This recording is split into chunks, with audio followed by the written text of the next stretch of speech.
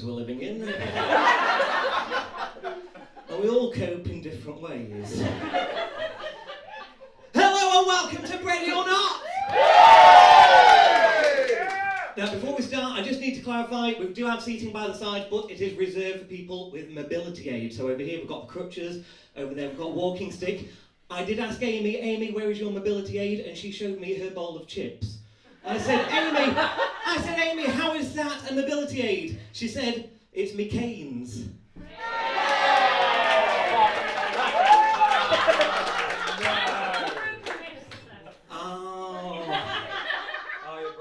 I'm not going to ask how.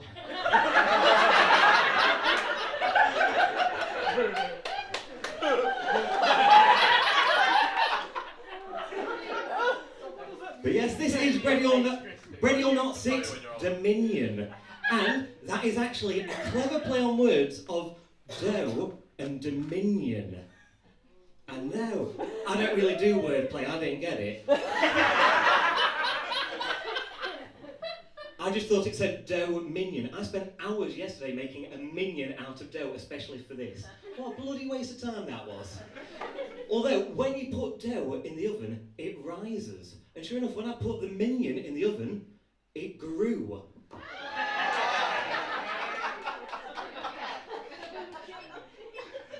Rob. We got there. But yes.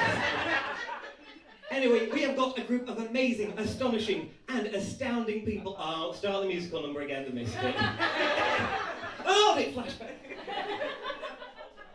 But yes, and the performance we've got today, I like to call the A-Team. But Callum, why do you call them the A-Team, I hear you ask? Well, I'm glad you asked.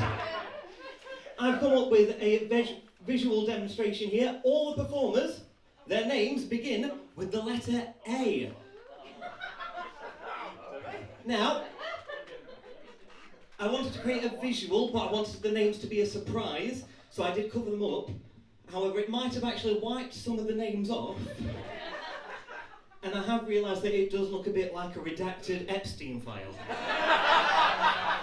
Which is funny because the first one we've got on here is Andrew.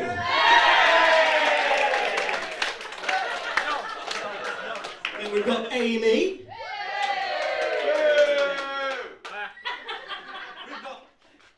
I didn't practice this bit. We've got Anthony. Ashmore J. Cheating a bit there. We've got Airport.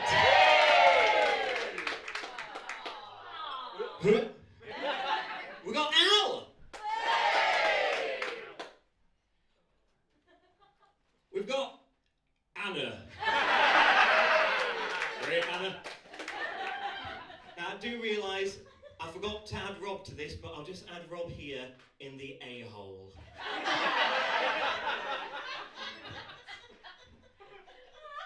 Then we've got JJ. In order for this to work, for this bit, JJ, today, we're going to call you AA, okay?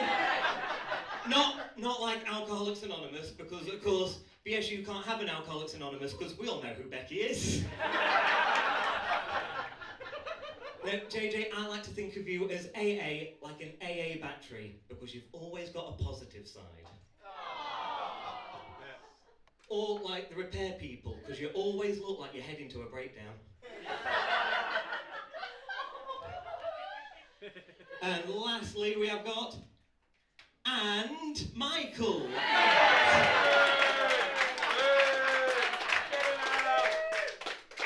So, with us mentioning Michael, let's kick things off. Yeah, I can see Rob go, oh shit. Let's kick things off. Please welcome to the stage performing the song that goes like this from Spamalot. It is Michael!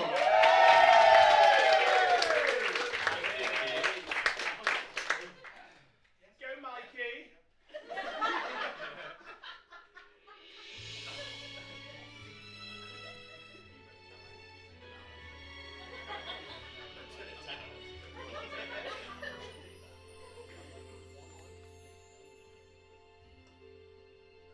Once in every show, there comes a song like this. It starts off soft and low and ends up with a kiss. Oh, where is the song that goes like this? Where is it? Where? A sentimental song that casts a magic spell. They all will hum along, and I'll overact like hell. For this is the song that goes like this. Yes, it is. Yes, it is. Now we can go straight into the middle eight. A bridge that is too far for me. I'll sing it in your face while we both embrace, and then I change the key. Now it's me! That's awfully high for me, but everyone can see I should have stayed in D, singing the song that goes like this. I'm feeling very proud, I'm singing far too loud, but that's the way that this song goes. Gotta keep you on your toes, singing the song that goes like this. I can't believe there's more. It's far too long, I'm sure. That's the trouble with this song. It goes on and on and on. For this is the song that is too long. Jesus Christ, goddammit! Are we singing this till dawn? You'll wish that you weren't born. Let's stop this damn refrain before we go insane. The song always ends like this.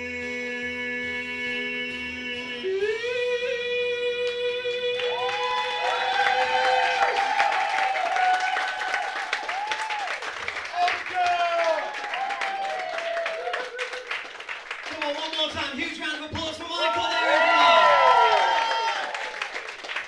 Now, of course, it's never easy to be the first person performing, but you did a smashing job there, Michael, and because the title of this show is Dinosaur Inspired, you get a dinosaur sticker. You get a dinosaur sticker. And everyone gets a dinosaur sticker. Everyone gets a dinosaur. Yeah, take the fucking dinosaur.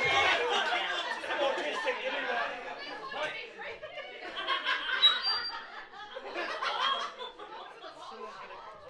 Keep it together, Callum. Yeah, there's a bit of a breakdown there, but I don't think anyone noticed.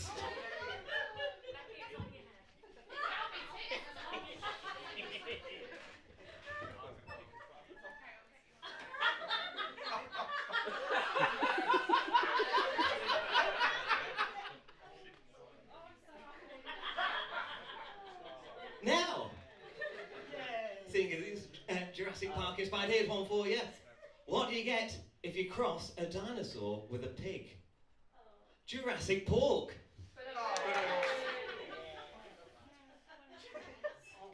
Fuck it. Now for some proper comedy, please welcome to the stage, it's Al Mack.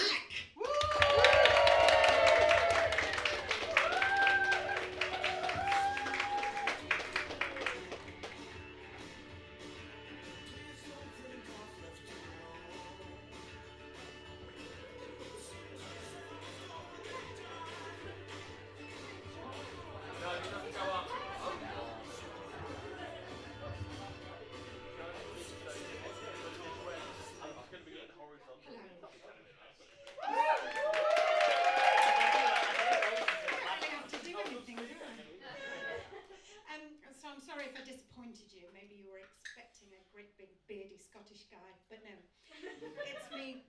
Or maybe you were expecting a chatbot doing a fantastic new kind of comedy. Well, you're going to be disappointed. My intelligence is not artificial, but it can go a bit wonky sometimes. Similar to your favourite generative AI, Ask me how to cook a lasagna, and I'll suggest a great recipe, and it might even have ice cream in it. So no, I'm not AI, I am Al. I just got out of a 20-year relationship, so I'm reclaiming my name.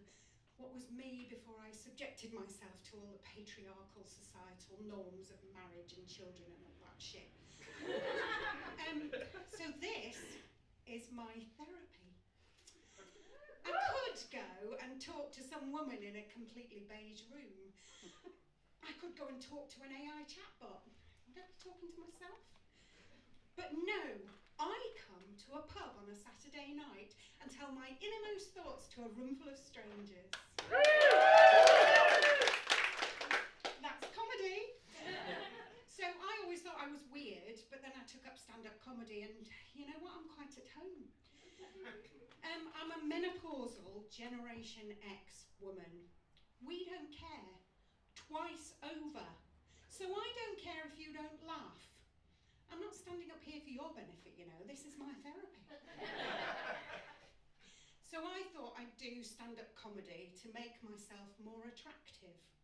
Because everyone knows that men love confident, strident women who aren't afraid to speak their mind in front of a room full of strangers. Of course, if you're a young person, full of the fresh glow of a new relationship, then you'll have no idea what I'm talking about. Bless you. Yet. But if you're an older person, you'll understand completely what I mean. Why do we have relationships? Why do we do that to ourselves? My husband used to make me so mad sometimes. I mean, I say sometimes, it was most of the time. He'd leave his teaspoon in the sink, just inches away from the dishwasher. Sometimes the tea bag would still be with it. So I'd get really cross with him, and I'd go down to the cellar to do the washing, you know, just to let off a bit of steam. I live in an old Victorian terrace, and there's a stone-flagged floor down there. And there's this one flag that looks like it's loose, and there's some space underneath it. And then he'd leave his toenail clippings in a little pile on his bedside table for weeks. Probably forever, I don't know. So I'd think about that loose stone flag, and I'd wonder how easy it would be to lift it. You know, could I do it on my own? Would I need a crowbar? Is there one in the shed? I think we've all been there, haven't we? Don't you ever look at your partner first thing in the morning and think, if I just rolled over and accidentally smothered them with my pillow? Who's really going to ask any questions? And sometimes, he'd empty the bin. He'd take the bag out, take it out to the wheelie bin, but then he wouldn't put a clean liner in. So I'd wonder if there was enough space under that slab. You know, he was quite a big man. Would I have to dig it out? Or could I just dig downwards and plant him vertically? What about the water table? Should I move the washing machine to cover the hole? Would anybody question why it's in the middle of the room? And then he'd lose the remote control and he'd ask me to find it. It'd be on the coffee table right there in front of him. So I'd wonder, how could I get him to go down into the cellar? I mean, I could ask him to go and do some washing for me, because, you know, washing his skiddy underpants is apparently my job. Maybe I could tell him there was ice cream down there. He liked to eat a whole tub at a sitting, and then I'd have none left for lasagna. So how would I do it? I mean, he's not just going to get in that hole obligingly, is he? And it's quite a small slab, comparatively. Yes, there is a crowbar in the shed, I checked. Could I actually hit him hard enough? Maybe I could feed him poison, but where would I get that from? I don't want to leave a digital footprint on the internet. And would I need to fold him up? Would I need to cut off his arms and legs? Could I actually do that? I mean, I have to check that that it's a 15 and not an 18 certificate before I go and see a film, so it's unlikely. I've seen all of Midsummer Murders and Morse. Love those TV detective things. He used to watch those American documentaries on women who kill. I can't think where I got my ideas from. So I've got all of this stuff brewing in my head. Not a plan exactly, but a fantasy. Something to dream about when he really pisses me off. And he leaves his clothes in a pile on the bedroom floor, right next to the laundry bin. I wonder, am I brave enough to make it a reality? What would I do afterwards? What would my alibi be? Could I just say that he'd left me? Or should I think up something really convoluted, like in Death in Paradise? He would appreciate that. Am I wrong? When he promises to cook dinner and then doesn't. When he says he'll pick up the kids from school because he's working from home, but then he calls me at 5 minutes past pickup time to say he's forgotten and could I do it, even though I'm at work half an hour away. When he puts the empty milk bottle back in the fridge.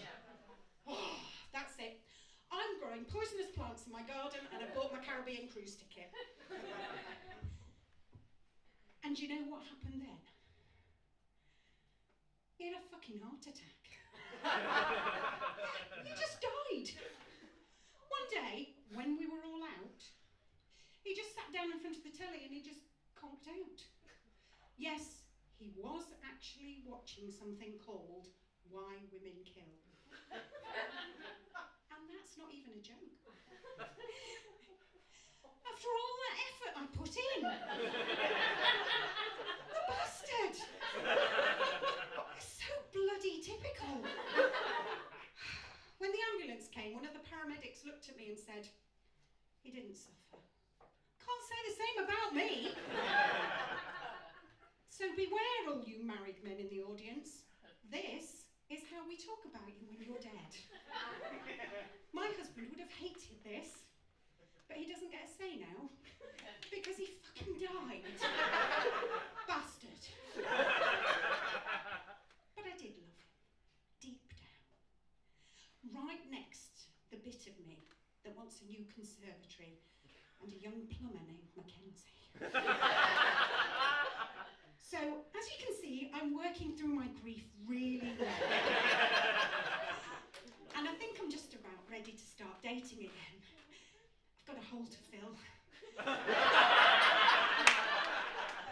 In fact, I met a really nice man. They're all nice at the start, aren't they? I haven't told him about the loose flag on my cellar floor. I thought I'd ease him in gently. I've been Al Mac, thank you very much.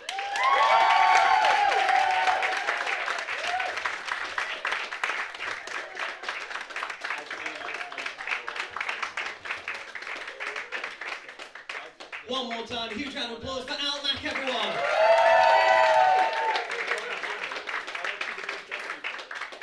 That colourful outfit is a cry for help. If we stand next to each other, we look like a magic eye. We make pride parades look monochrome. Oh God. Up next, we've got Andrew Wilkinson. Wait there. I've got stuff to say about Andrew. Go on, back down your hole. Do we need a warning? He looks like a ferret. Just in general, really, but... Now, what can I say about Andrew's stand-up that hasn't already been said by an EDI officer in a committee meeting? For anyone that didn't see Andrew's stand-up last time, brace yourself. We're letting him do it again. Please welcome Andrew Wilkinson to the stage.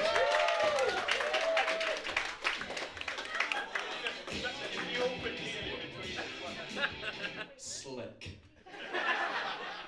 Right, so I did promise I'd behave myself this time. So I've been unemployed for the past year. Thanks. Piss off. Anyway, So it's been all right, you know. It's given me a lot of time to work through, you know, to spend a lot of time on my hobbies like masturbating. But it lets me, you know, I have had a few job interviews since, and the one job interview I had, so it was for like a company. They're based on an industrial estate, sort of outside Sheffield. And for reference, I can't drive. I don't drive a car. I don't own a car. So they asked me, okay, if we were to hire you tomorrow, how would you get here? And I said, well, I've looked up, I've, you know, checked the bus route, so I think I can get a bus and then walk. And they're like, it's a bit of a walk though, isn't it? I'm like, alright. What the fuck am I meant to do then? Am I meant to pop in a fucking jetpack afterwards? I'll take the bus and I'll fucking walk it. I had another interview. Oh, thanks. They're coming slowly. So I had another interview, and this time one of the questions they asked me, for reference, I am a lot of references here. For reference, I am a software developer by trade. And so during this interview, one of the questions they asked me was, so how do you feel about AI? Because that's a thing that software devs use now. And I had to, because I'm in an interview and they're saying, oh, we quite like using it now, and I have to repress that part of me that wants to go, I've seen Terminator, I know how this ends. But no, I see, and AI is becoming a big thing because, you know, I know there's a lot of creatives here, I'm sure you have your own opinions of it, but as a software dev, it is used quite a fair bit to write a lot of code, and again, I'm going to bring up Terminator. It's horrific how much we're trusting to AI. People put in, like, passwords and all this shit. Terminator 2, Judgment Day, people. Or Terminator 3, Rise of the Machines.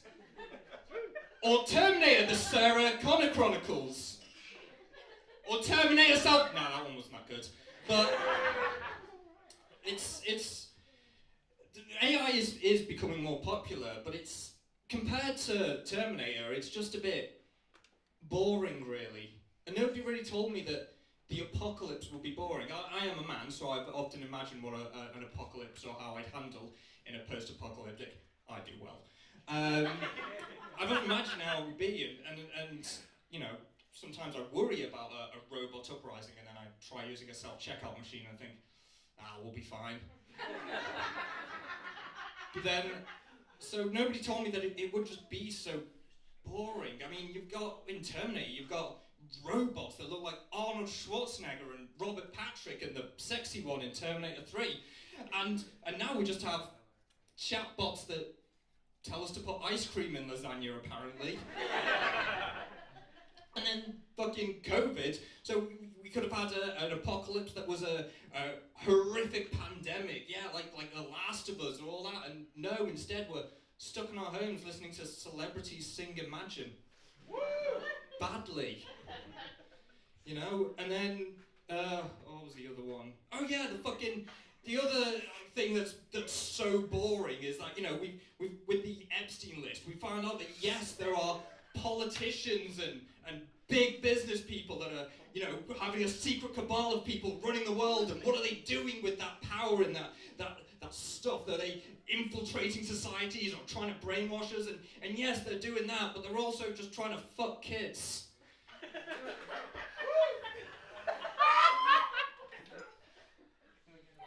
It's just boring, really.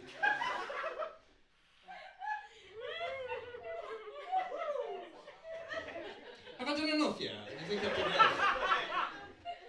Keep going. Keep going, okay. No, so last time I was up here, obviously, I did talk a bit about P. Diddy and Jeffrey Epstein, and I was, you know, told don't do that again, you know, be good, you know.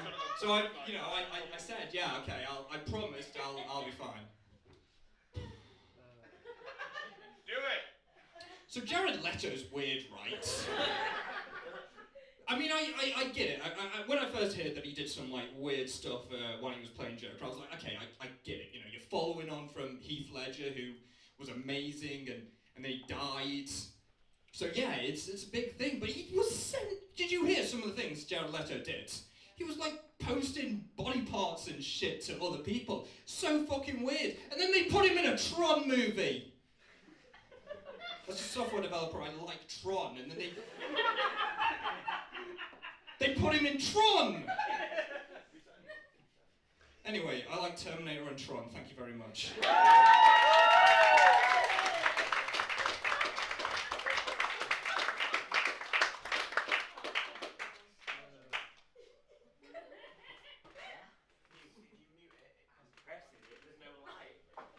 How's anyone gonna hear me now?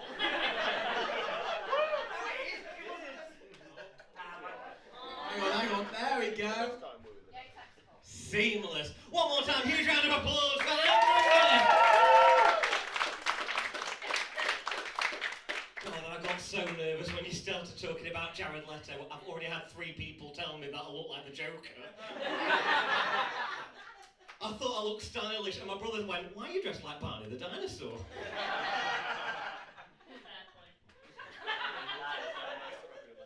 Pretty spot on. Next up, I believe, is Amy Longbottom with, I believe...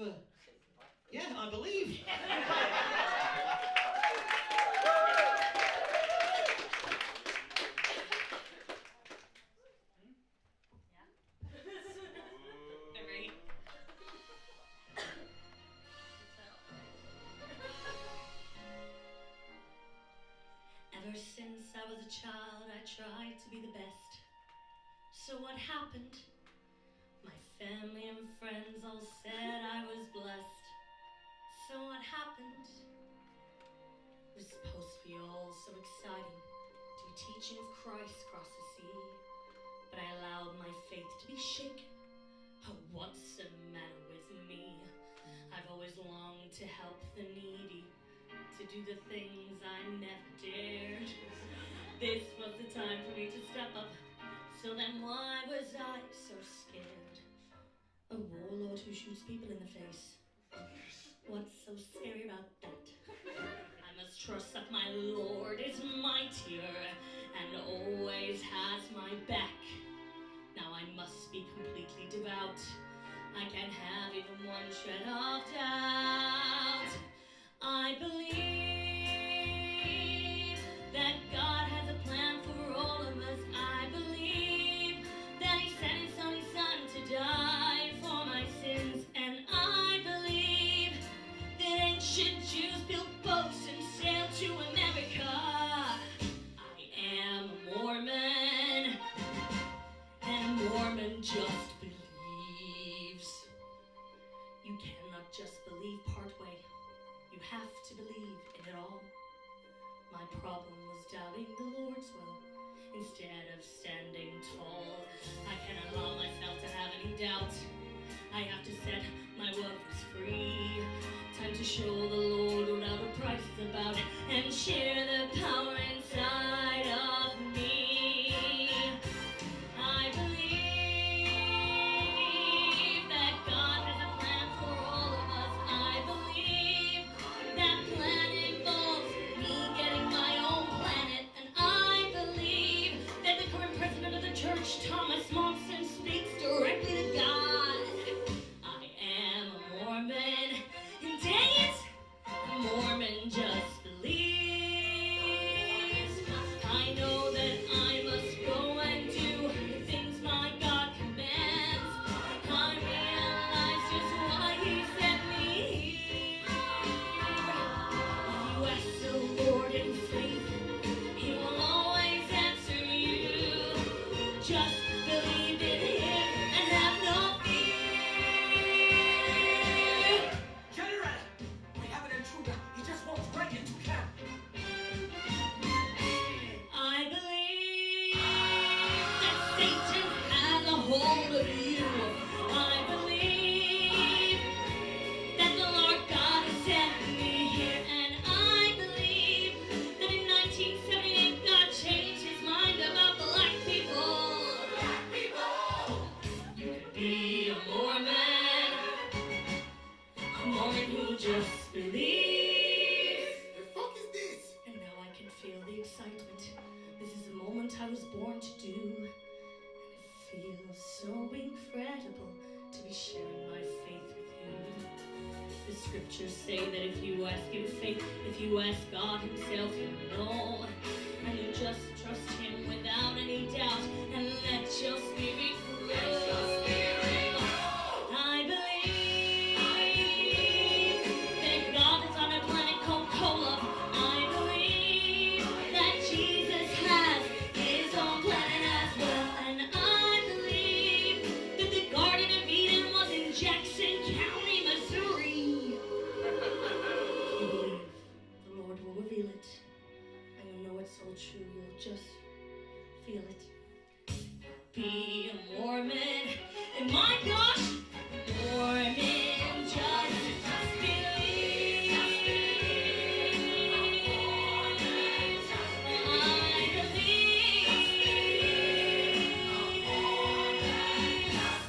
I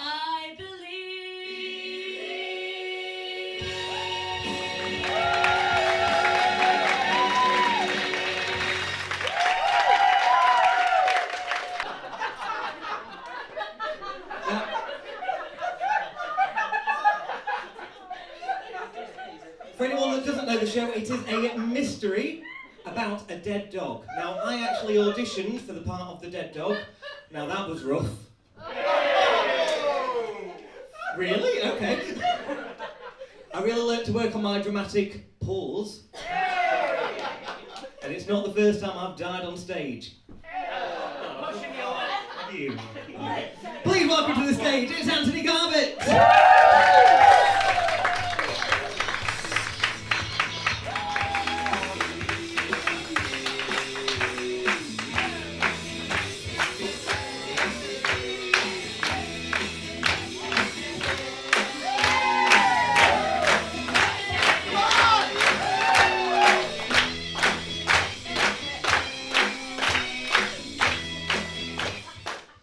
Now enough of that, let's go down to business.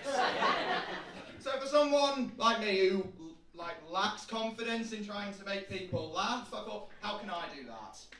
A 30-year-old man who still lives at home with his parents.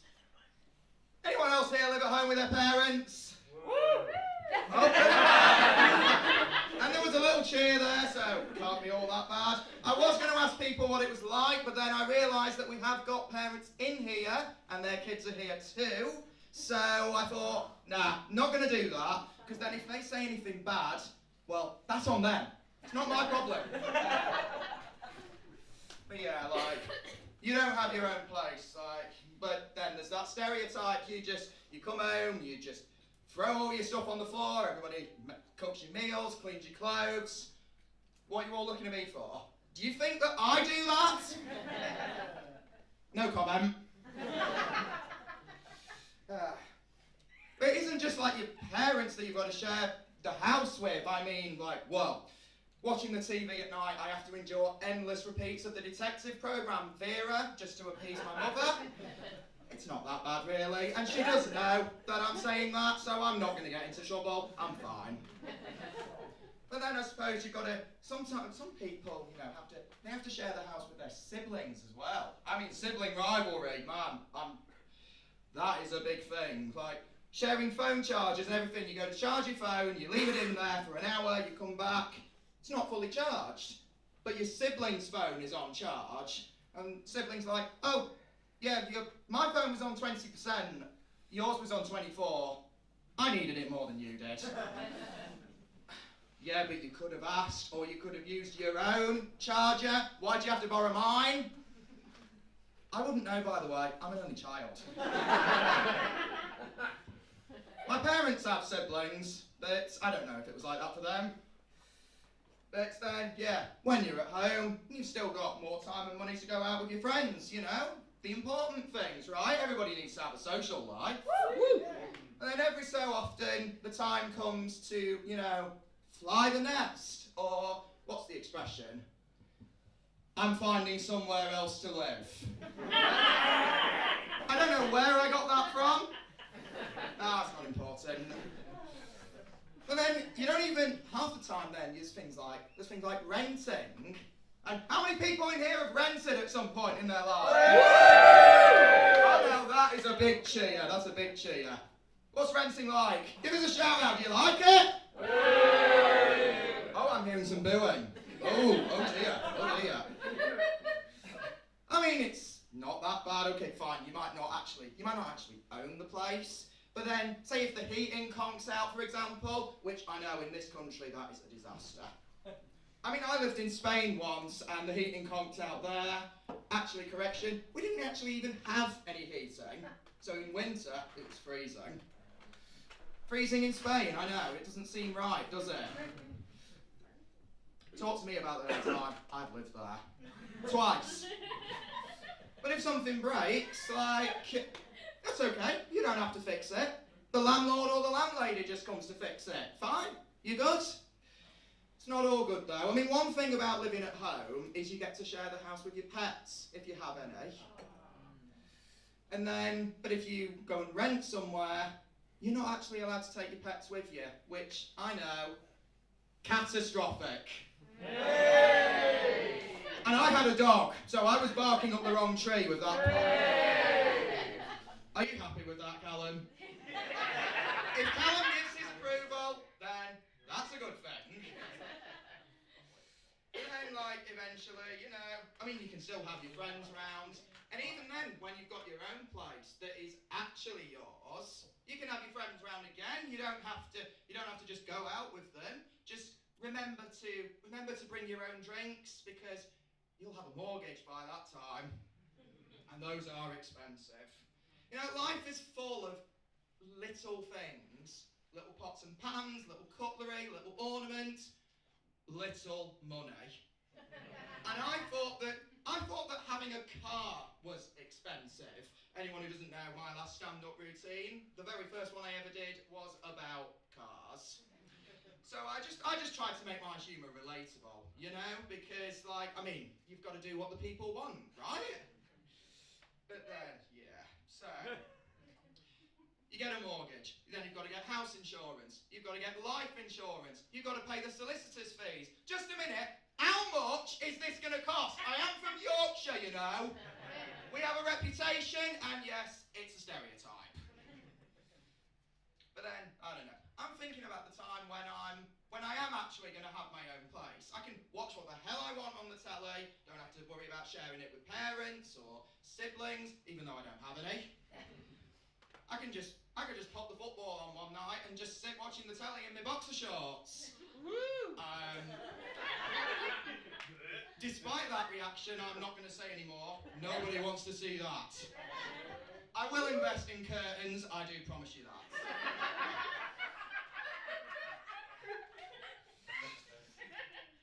But then, no, it's your own personal space, it's your own rules, so the pets are welcome. That's always a good thing. It's a pity that Fizzy never got to see my own place, but hey-ho. But then I no longer have to watch the endless repeats of Vera with my mum. I'll just watch it on my own instead. I actually thought it was alright. But then it's when you are searching for a house. You go to view a house, and suddenly you're not the only person who wants it. Suddenly he wants it, she wants it, they want it. This couple wants it, these people want it. Who's going to be next? The stampede that killed Mufasa? 30 years later, I am still not over that scene. And I don't know what it is about us when we're searching for houses. What is it about people? Why are we so perfectionist? Like, oh, that's good. Oh, I love the fact that it's near public transport. Well, that's going to need ripping out. That's old. That is shocking. What did you think I was going to say? I don't know. I'm going to pretend I didn't hear that. There. I mean, you think about it, like, can we just expect to go and look at a house and suddenly turn into Gandalf and say, "You shall be the perfect house"? No, that's too wordy. And I do apologise, I know I'm not Sir Ian McKellen. Please, Scott, please do not show that to Sir Ian McKellen. I know you've got him on speed dial. Do it. Oh, dear. Yeah. Well, I mean, the house is not your own until you've actually moved in. I mean, think about it. It's someone else's when you go to look at it. I mean, can you imagine Andrew over here going to live in a house that is painted full of colours to do with Everton Football Club? No, wait, no, hold on, no, not Everton. Someone else. Liverpool! Thank you. Sorry, Andrew. But then, yeah. I mean, or can you imagine Becky going somewhere that's got posters of the Starlight Express everywhere? Becky? No. I rest my case. But, you know, yeah, things change. Like, but you know, when you've got your own place, it's responsibility as well. I mean, I know. You've got responsibility when you live in your parents' house as well. Does anyone ever leave the house, walk a few yards, you know, go to the bus or what have you, get in your car, start to drive and think, did I lock the front door? Go back and check. I'm like, wait. And now it's impression time. My impression of Ian McKellen wasn't that good, but hopefully this one will be better. I'm worried I might have left the gas cooker on. Go back and check. No, switched off. Wait, did I shut the fridge? Check. Oh, it's switched off. Okay. No, it's shut even. It's so much to think about, and I just get confused. Honestly, I don't know. And then you think like, oh, did I turn the shower light off? Go up and check. Everything's fine. Okay, everything's fine. We're good. Yeah, I've done everything that I need to do. Let's go. Leave the house. Did I lock the front door? Ah! Oh, responsibility. I'm not ready for this, honestly. But I am trying to buy my own property, so please do wish me a bit of luck there. God help me when I finally get my own place and I've got to look after it myself. I miss the days when I was young, when you could be so young and carefree, and the next thing you know, you're checking your phone every few minutes, checking BBC weather to make sure that you can mow stripes on your lawn and put your washing out. What, do you think I was looking at a script all this time? No, I was checking BBC weather.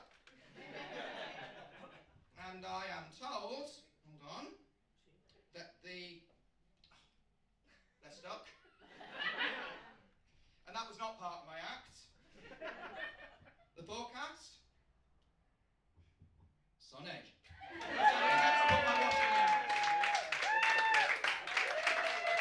I apologise everyone, it's a very stressful business, and on that part, I think it's time for me to retire. Thank you.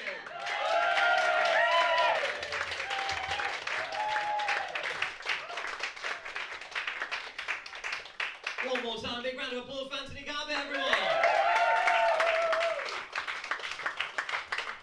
Now, up next, we have got El Madeira, also known to many in BSU simply as Airport. Now, that name got me thinking airport. There are so many people that have airports named after them. What if we had airlines named after members of BSU? So we could have Nothing Beats a Jet to Holly Warman. Rob Eagle could have his own, called Receding Airlines.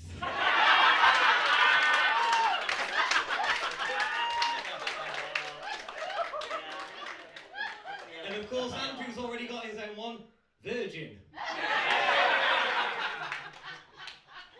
Please welcome to the stage, it's El Madeira.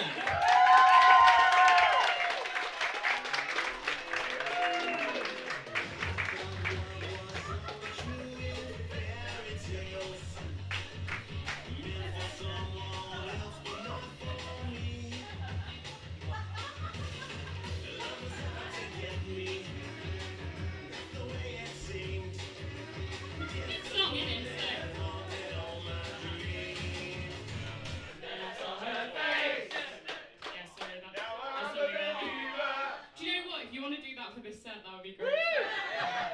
The paper was stalling, that was also stalling. Yeah, hi, I'm Mel.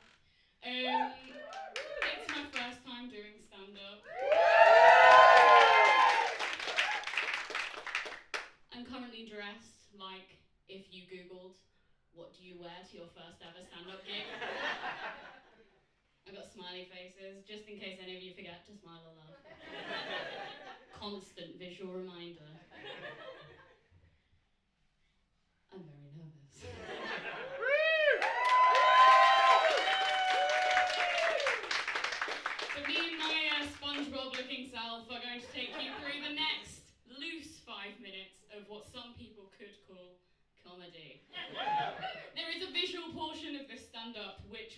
not very well planned. So there will be a time where I might invite you to sit closer and look at, if you can't see this bit, you're not going to see shit. So we'll get to it when we get to it. But yeah, I was really nervous when I first found out I was doing stand-up 2 weeks ago. And I asked a friend of mine who does comedy, and I was like, do you have any tips for me? And they were like, do you know what? Comedy really is just like telling a really long story, and as long as you make it funny, it doesn't matter what you say. But as we've seen tonight, it really does matter what you say, and Andrew will have to pay for it afterwards.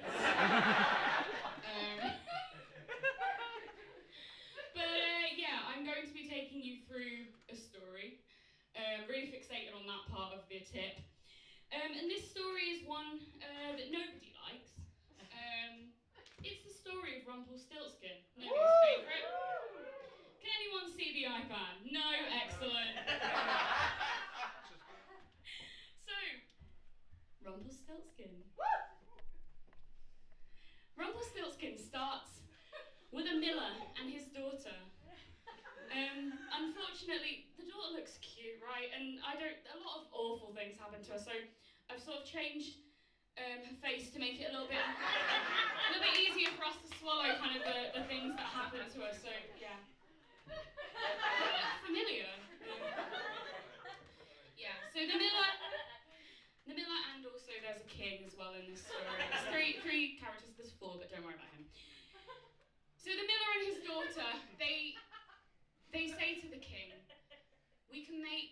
my daughter can weave straw. Oh, bloody hell.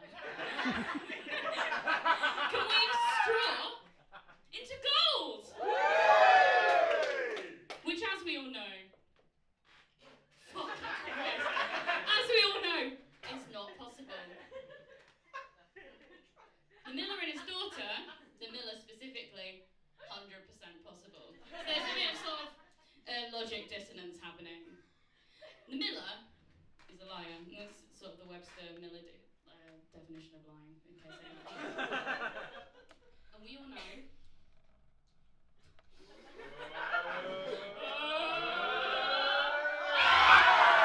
Lying is wrong! Lying is wrong. We all agree? Naughty. Bad. The miller is really poor. And you think the king would look at the miller and who's saying his daughter can weave straw into gold and go, no, I think he's full of it. Because he's poor. So he wouldn't be poor if he could do that, but the king didn't obviously listen. And the king...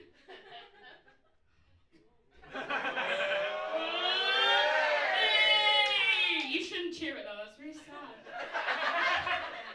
She's stuck in a prison full of hay. And the king is like, either one, you make straw into gold, or if you do it, you'll have to marry me. That's apparently the positive. The negative is death. So the girl's got 2 options, which is really sad. I'm sorry. Neither are good, healthy options. No. So she's got to make straw into gold. And that's not possible. And that makes her sad. She's sad. But it's going to be okay. Why? Logic? Reason? No. Rumpelstiltskin. There he is. And he wants to make a deal. He wants to make a deal with her. This is not Rumpelstiltskin. It's Stephen Mulhern. Just in case any of you were worried. So over the course of... What? Fuck this. Why do you like Stephen Mulhern? I like tricky TV. No, sorry. Tricky TV is the best. So over the course of 3 years, he wants to make a deal. And each year, he asks for family jewels. Again, she's supposed to be poor, so I don't know where she's getting these jewels from, bless her, but that's okay. And she trades in jewels and he turns straw into gold, blah, blah, blah, blah. And eventually she has a baby. A baby who looks remarkably like her mother. So that's beautiful. And Rumpelstiltskin is like, I want that baby, which I was kind of on his side for a bit, but that's a strong ask. And he says, you don't have to give me your baby if you figure out my name. But he just turns straw into gold, so he does his end of the deal. And he asked her, do you know my name? And she's like, nah, it's something really long and mental. But then as he's leaving, he's singing his name, which wasn't a very good choice. So she does she know his name? Initially, no. And then she does. Sorry, that's the wrong tick. Oh no. There we go! And she does know his name, and that's great. And then the story ends with furiously stamps his foot so hard into the ground he rips himself in two, which is a horrible ending. Did anyone remember that bit? No. So I did, and they live happily ever after, which is great. But I mean, they're in this situation, so was it really a happy ending? Bloody hell, look at that family. Sorry, do you want to see it, Andrew? Yeah, you look beautiful. So who is he? Who is Rumpelstiltskin? Because this man, he featured for like all of 5 seconds. Is he a man? I did some research, peer-reviewed, on Google Images. And I found it's probably a man. Like, we're about here. His name? Rumpelstiltskin. How many Rumpelstiltskins? One. That's his whole thing. There's one of him. He has one name. There's no one else like, right, there's only one Rumpelstiltskin. I looked at some pictures. These are yeah! I don't know who this friend is, but fuck it, that bowl cut. Oh, sorry, that's Andrew again. That's Andrew again. Rumpelstiltskin. There he is. There's some right characters. But there is only one, right? We all agree. Except in Shrek. In Shrek. Anyone remember Shrek? Best film franchise of all time. Specifically in Shrek the Third, Rumpelstiltskin shows up. Everyone remembers this guy. No. He shows up for all of 10 seconds in a scene where Prince Charming goes into the bar and causes a kerfuffle. But he introduces himself as Rumpelstiltskin. So there he is, he's in Shrek. And then Shrek Forever After came out. What a film. Yeah. And this guy shows up. Who is this man? He's not Rumpelstiltskin. Sorry, I found that on DeviantArt. It's upsetting, really. This is not Rumpelstiltskin. This is Rumpelstiltskin. Slide transition. This man is a liar. And lying is wrong.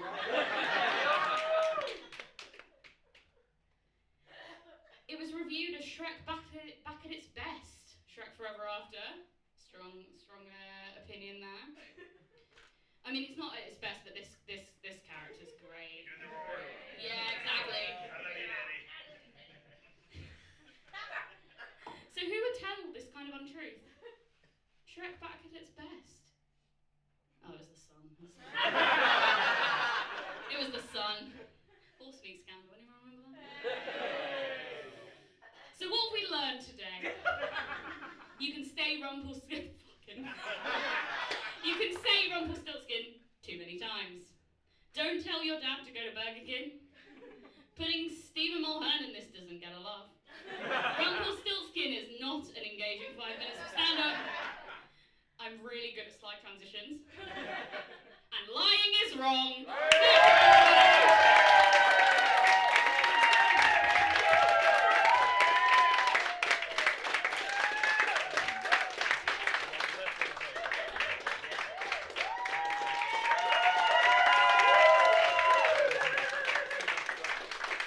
One more time, everyone. Everyone make some noise for Elman.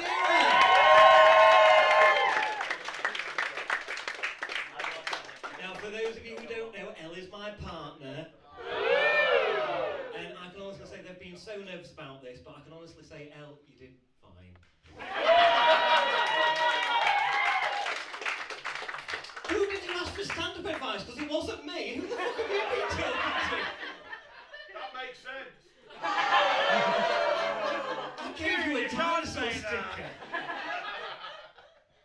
Anyway, I actually haven't written anything for this next part, so I thought I'd just wing it. Now I know what you're all thinking. Callum, where were you when the Queen died? That is what we were thinking. Well, I'm glad you were thinking it. Well, that is a story for another show. We need to know. Talk to me afterwards. I'm very friendly. I'll happily share it with you. I'm And the story too. But the day after the Queen died, I went to see Six the Musical. Ooh. So we're all there in the audience, really excited, and then a man in a suit steps, not a suit like this, like a proper suit. He steps out and he says, the Queen has died, as if we hadn't already heard by this point. Please join us in a moment's silence as we mourn with the rest of the country, and we all went silent. Thank you. We will now be performing the show as written. And then they did a whole show where they slag off the royals. It was amazing. But now, with an act that's the best thing since Sliced Head, please...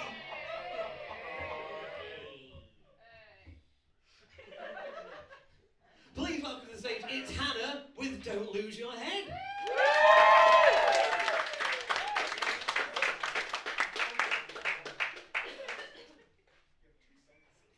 Hold, please.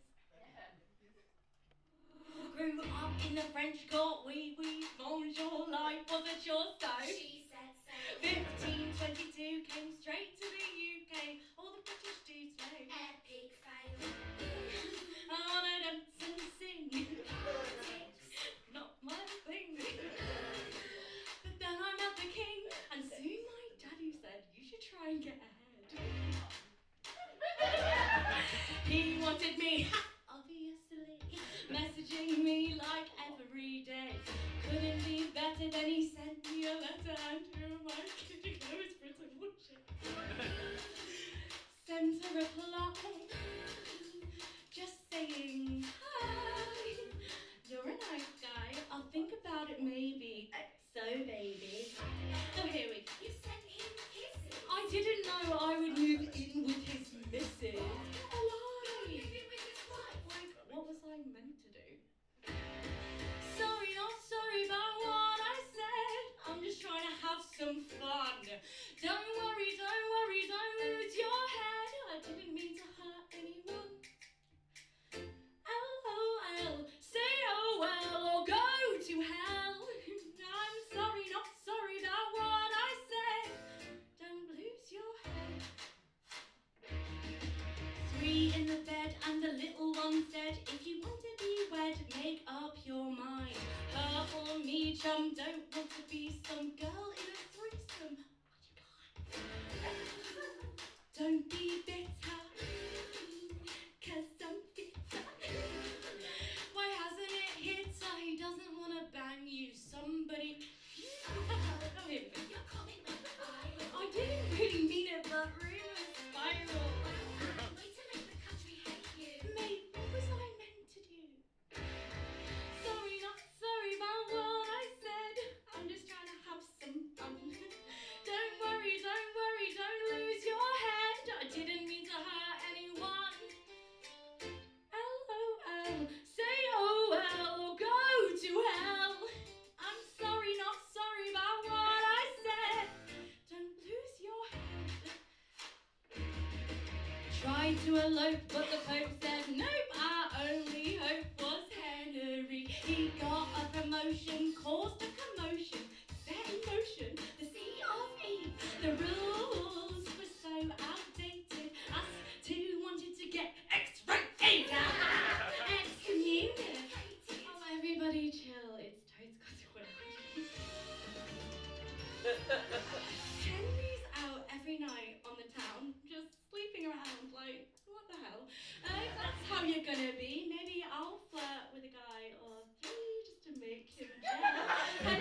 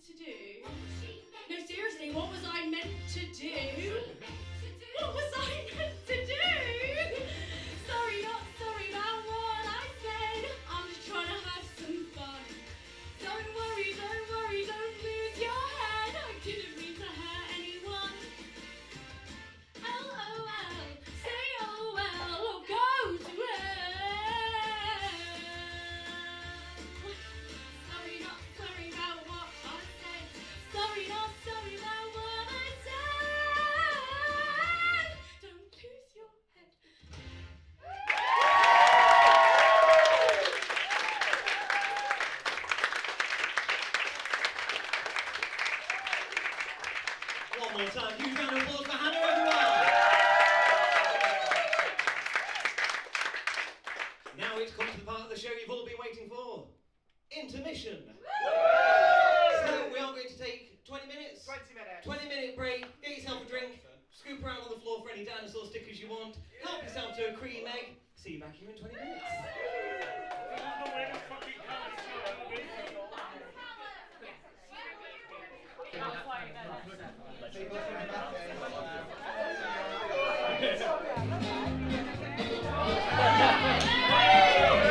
I'm not doing it again.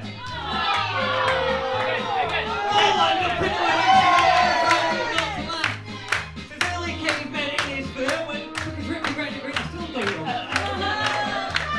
Very good, the happy day! All together!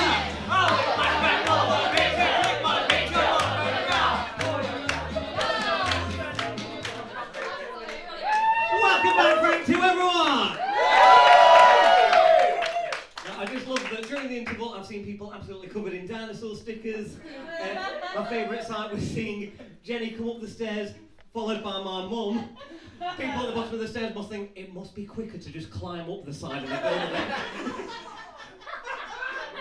And I had a joke written for this bit, but someone asked me, where were you when the Queen died, Callum? Would like to know where I was when the Queen died. Go on then, I haven't rehearsed this. Just a fun little anecdote for you. I was working at a holiday park and we had our character show. The holiday park we'll call Schmaven Schmolidays, yeah? So we had our mascot character show and they're all performing as a band, which was a bit questionable because we had the elephant playing the piano, which makes you wonder about the ethics of the ivory there.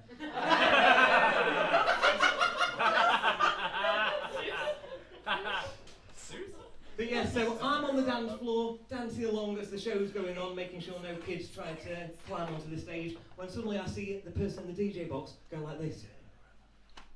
And I'm there going, I need to make sure kids don't go on the stage. And she's still there going, and I'll just go over thinking, well, someone had better be dying. The Queen's dead. Oh, okay. But I just have to carry on and I'm dancing about. And I can hear the pings of people's phones going off with the news notifications. And I can hear people muttering as I'm just there on the dance floor going, yeah, I am the music man. Anyway, we carry on the show finishes, I rush backstage to let our colourful characters on stage know the Queen's dead. And they're all going, what? And I think, why did I tell them? Why would they believe me? But then sure enough, the DJ comes through and is like, guys, the Queen's dead. And they're like, oh no, I don't, Callum's just told us, oh shh, the manager's going to do an announcement. So we're all backstage, and there's the manager who has done years on holiday parks, and he has to make this huge announcement. He goes, all right everyone, I hope you're all having a good time out there.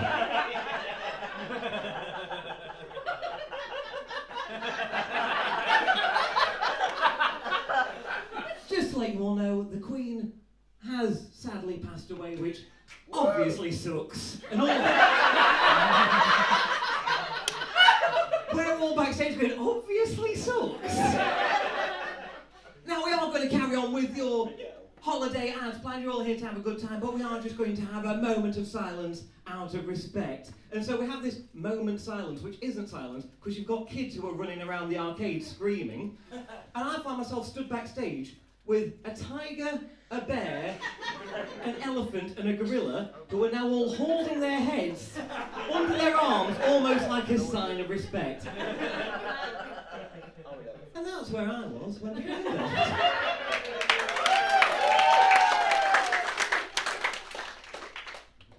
Now carrying on with your evening of entertainment, please welcome to the stage, it's John Ashmore!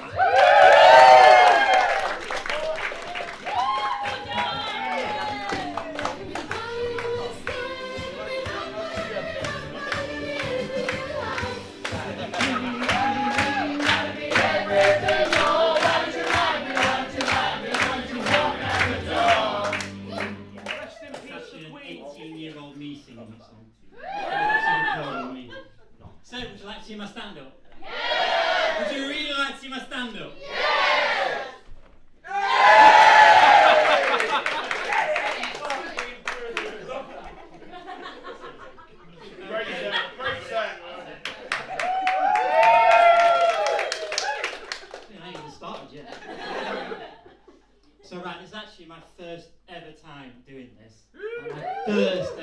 I've never done this before, ever. Done everything else, haven't done this.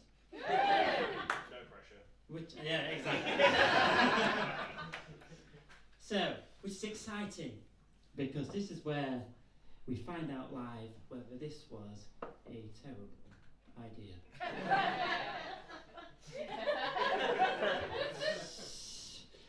And I'm a performer, I'm supposed to be used to performing, except for with a script and the illusion that I know what I'm doing. But yeah, this is just me. And me and you. Thank you. Everything. So yeah, and this is a story that I really like telling. And I love telling stories. It's just that I'm not very good at telling stories. So I decided to tell it in front of a room full of people, which is a great idea. Oh, fuck John. Anyway, if this goes well, great. And if it doesn't, then I have hijacked you all for 10 minutes. So anyway, earlier this year I was in the gym. And I walk into the changing rooms, and I immediately knew something was off. Straight away. 3 men staring into open lockers like this. Like NPCs. Buffering. No dialogue, just confusion. You know that look where you know something's wrong, but your brain just hasn't caught up yet? Well, somebody had been going through the lockers. We had a thief. Yeah. Now, see, the thing is with this gym, half the lockers work and half the lockers don't. And when the gym is busy, people still use the broken ones. Because that's a great idea. It's not security, it's more like gambling with your trousers. You put your stuff in the locker, and then you're like, be right, don't worry about it. You walk out of the locker, and you're like, right lads, I'm off to gamble with my belongings. See you in an hour. Wish me luck. But anyway, there was a thief, so I was like, shit. Better check my locker. I open it. Nothing. Close it. Open it again, very slowly. Because my coat is going to respawn if I'm gentle. Damn. Must have glitched. One more time.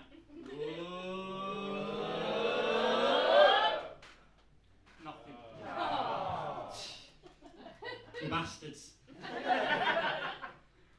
Coat, gone. Bank card, gone. Keys, gone. Phone,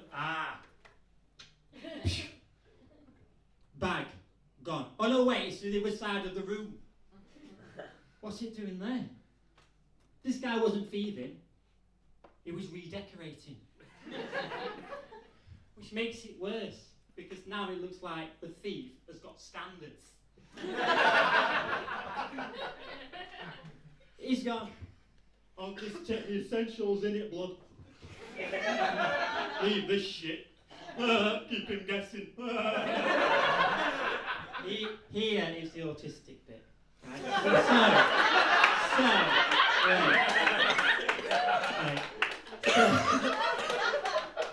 Don't stop putting me off and I'll distract you. So, my coat's gone, my key's gone, my bank's card's gone. Right? But that's not what I'm panicking about. They've taken my hand sanitizer. So now, not only am I half robbed, I am now feral.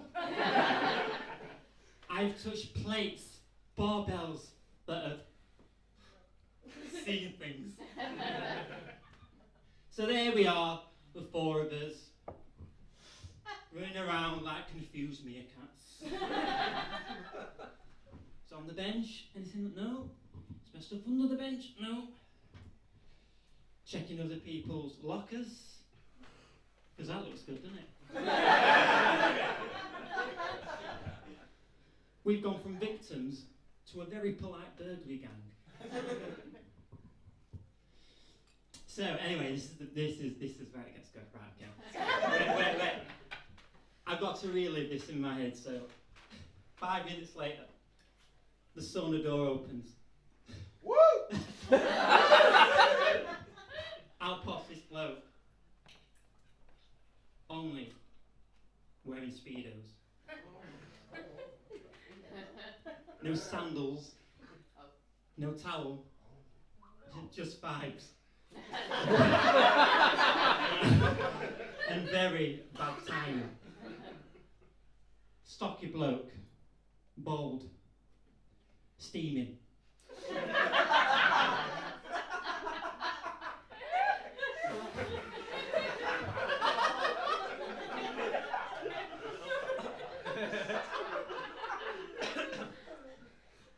Look like an angry kettle.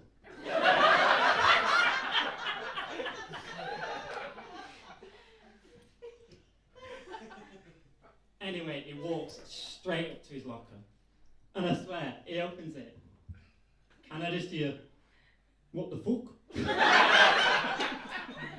The thing is, right, he knows there's nothing in. He still reaches in. As though the back wall's just a suggestion. As though if he reaches in deep enough, he'll find his clothes in Narnia.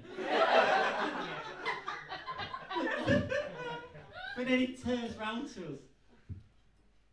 Where the fuck's my stuff? Now. Right. Right, now we are all quiet. Because we're not the main characters anymore. This man has lost everything. Coats, clothes, all gone.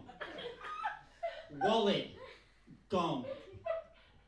Car keys, gone. He's got nothing. And it's snowing outside.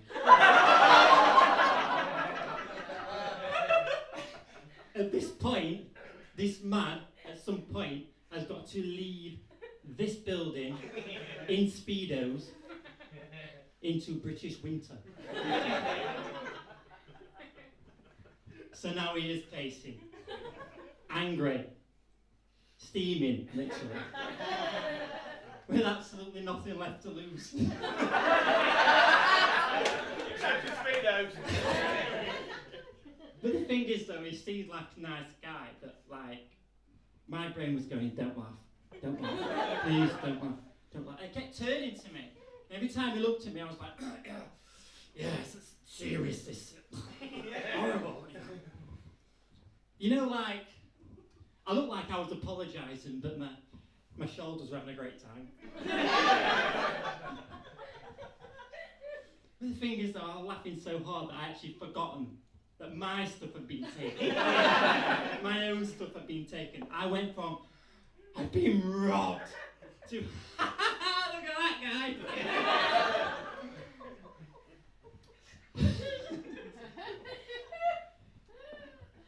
And the thing is, though, like, I wasn't even worried about my bank card. I was more worried about this guy tracking the thief by scent. and then he turns to me and I panicked. I said, look, I haven't taken anything, and if I had, I'd have sanitised. Which is not what you want to say to a half-naked, angry dumpling. So, I thought at this point, like, what nickname should I give him? And then I thought of one. Mr. Speedo Man.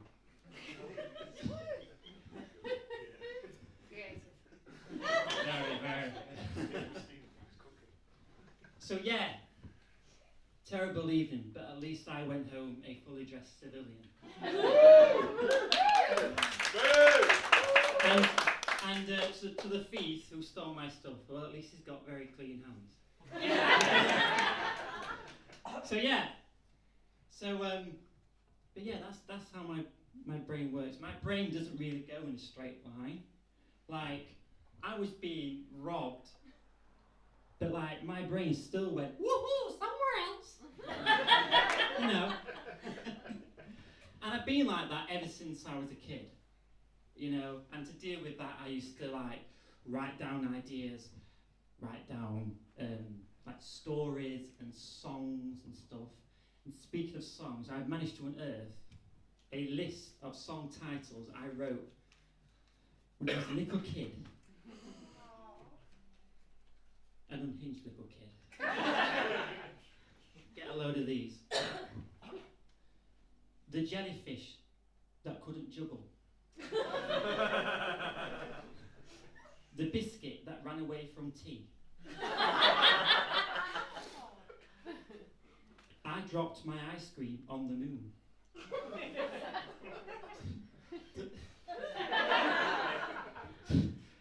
The dancing disco spider.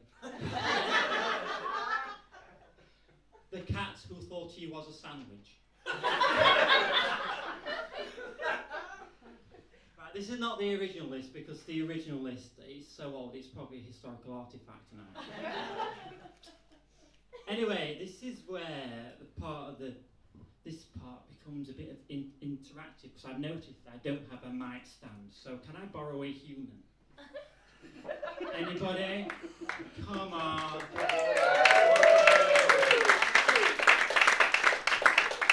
Now hold this like your dignity depends on it.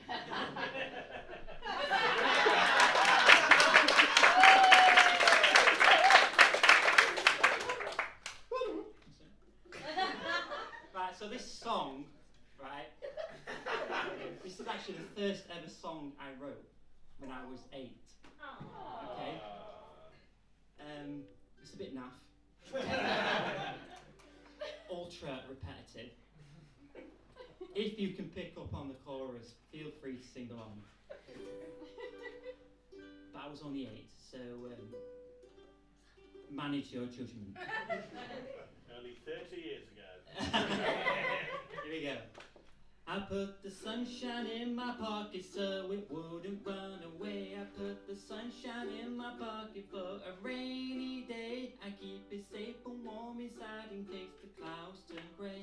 I put the sunshine in my pocket so it always wants to stay. The sunshine in my pocket, my pocket, my pocket.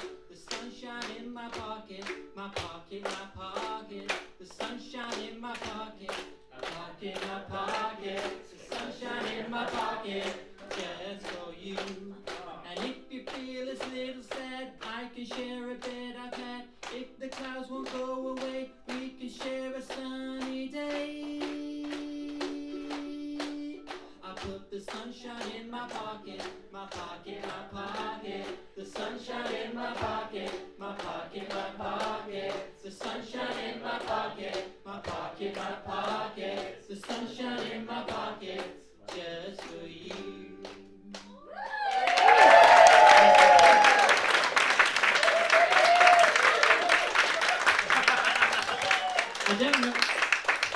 I don't know why I even put that in. It's not even a comedy song.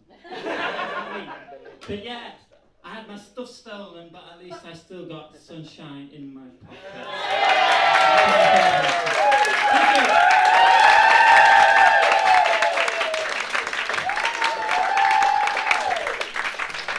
In the vein of Whose Line Is It Anyway or Mock the Week, we have now got Scenes We Like to See, which I realise we do need a mic stand for that. But don't worry, I considered the crutch, but I think we'll just use this. So, if you are appearing in Scenes We Like to See, please make your way over to the stage. And everyone give them a big round of applause.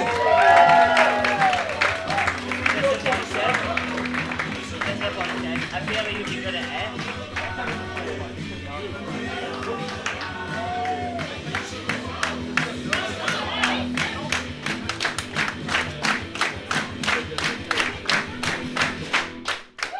First prompt is... No,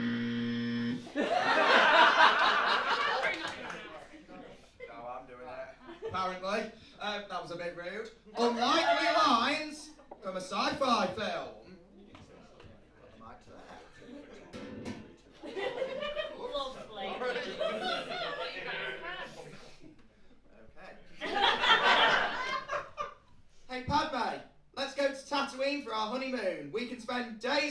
friend lying on the sands.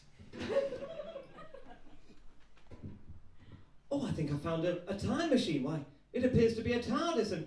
Oh no, sorry, it's just Tiggy in a box.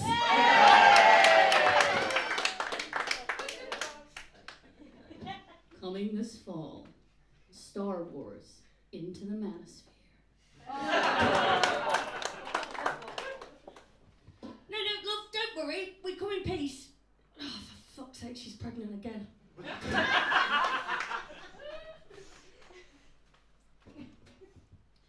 Mr. Vader, I'm from the transport.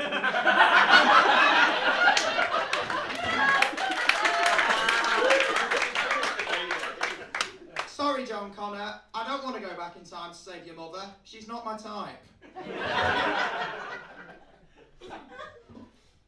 The aliens have said they're going to wipe out an entire civilization and... Oh, sorry, that's the US president.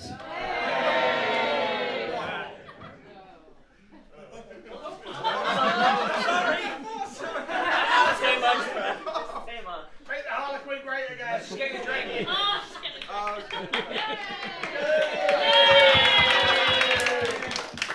Gonna really draw this out, aren't I? Interstellar? I barely know her.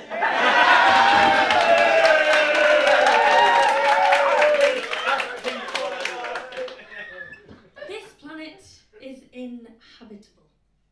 Perfect. Send HS Tiki Toki. I have come all the way from Mars, which is a pretty good trick if you can do it.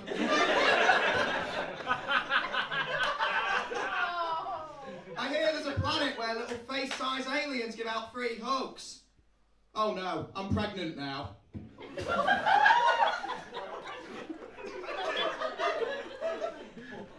Terminator?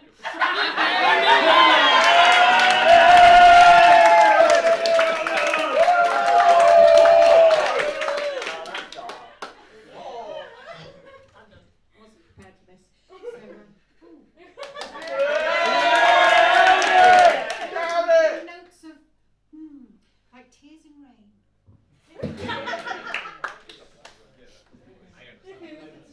If the Terminator is dead, why was his tagline always, "I'll be back"? Scary. Okay,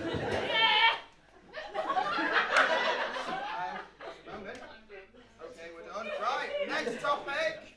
Hold on, let me make sure I get it right. Bad things to say on a first date. Yeah, that'll do, Amy. Just walk off.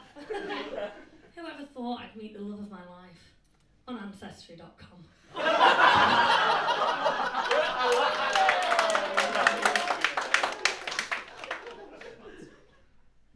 It's really nice to be here with someone that's never met me before and doesn't recognise me. You'll have to excuse me if I'm a bit nervous. It's not quite like someone like me to be in a Pizza Express in Woking.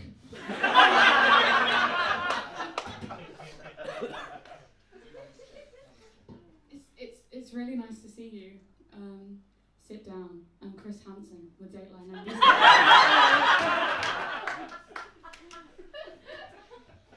This is the first time I've ever been on a date. All the other women I asked said no. I don't know why.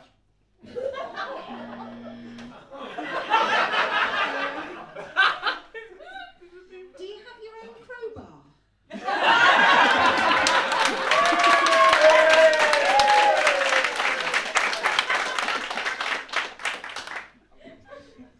It's really nice to be on a date with someone that doesn't recognise me. Oh, excuse me, waiter, this isn't cooked properly. No, trust me, I know food. I'm Greg Wallace. Oh, you look just like your photos from 2007. You remind me of my ex. Looks, mannerisms, everything. I'm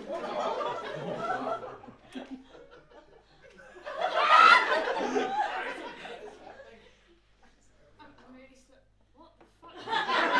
Oh, sorry.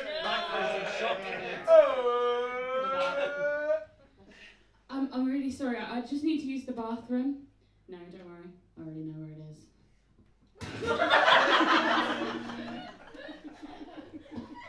really nice to go on a date with someone that doesn't recognise me. Yes, my voice is familiar. You might know me from the radio. I'm Scott Mills.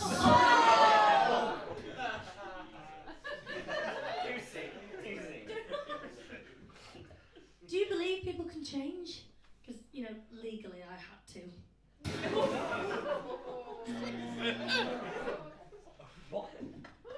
It's nice to go on a date with someone that doesn't recognise me. Nice to meet you. My name's Andrew Wilkinson.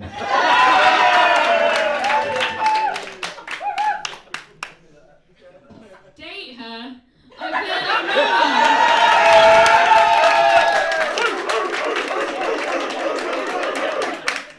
I'm not paying for this round. Have you seen the prices of these drinks?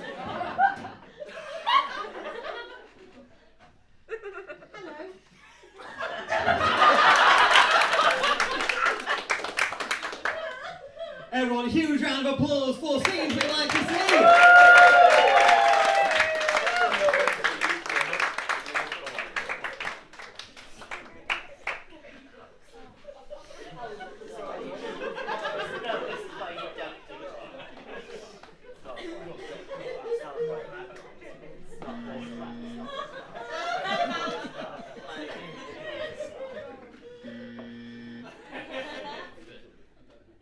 I would like to take a moment to say all about BSU's upcoming play. But this is no ordinary play, for this is a musical. It's all about Seuss, and so it's called Seussical. Now, if you've heard of Seuss, you'll surely know him for his ability to tell stories through poem. So I thought I'd try it for a while and replicate his writing style, and that is why I am speaking in rhyme. I can make a rhyme all of the day. Time.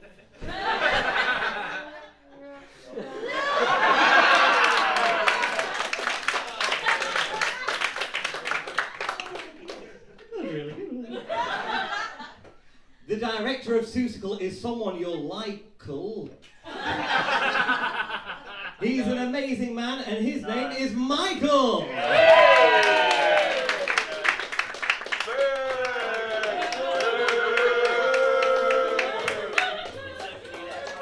Why am I being booed?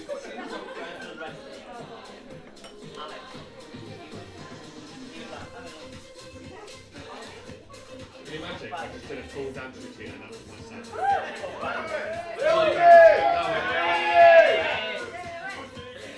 Get off the stage!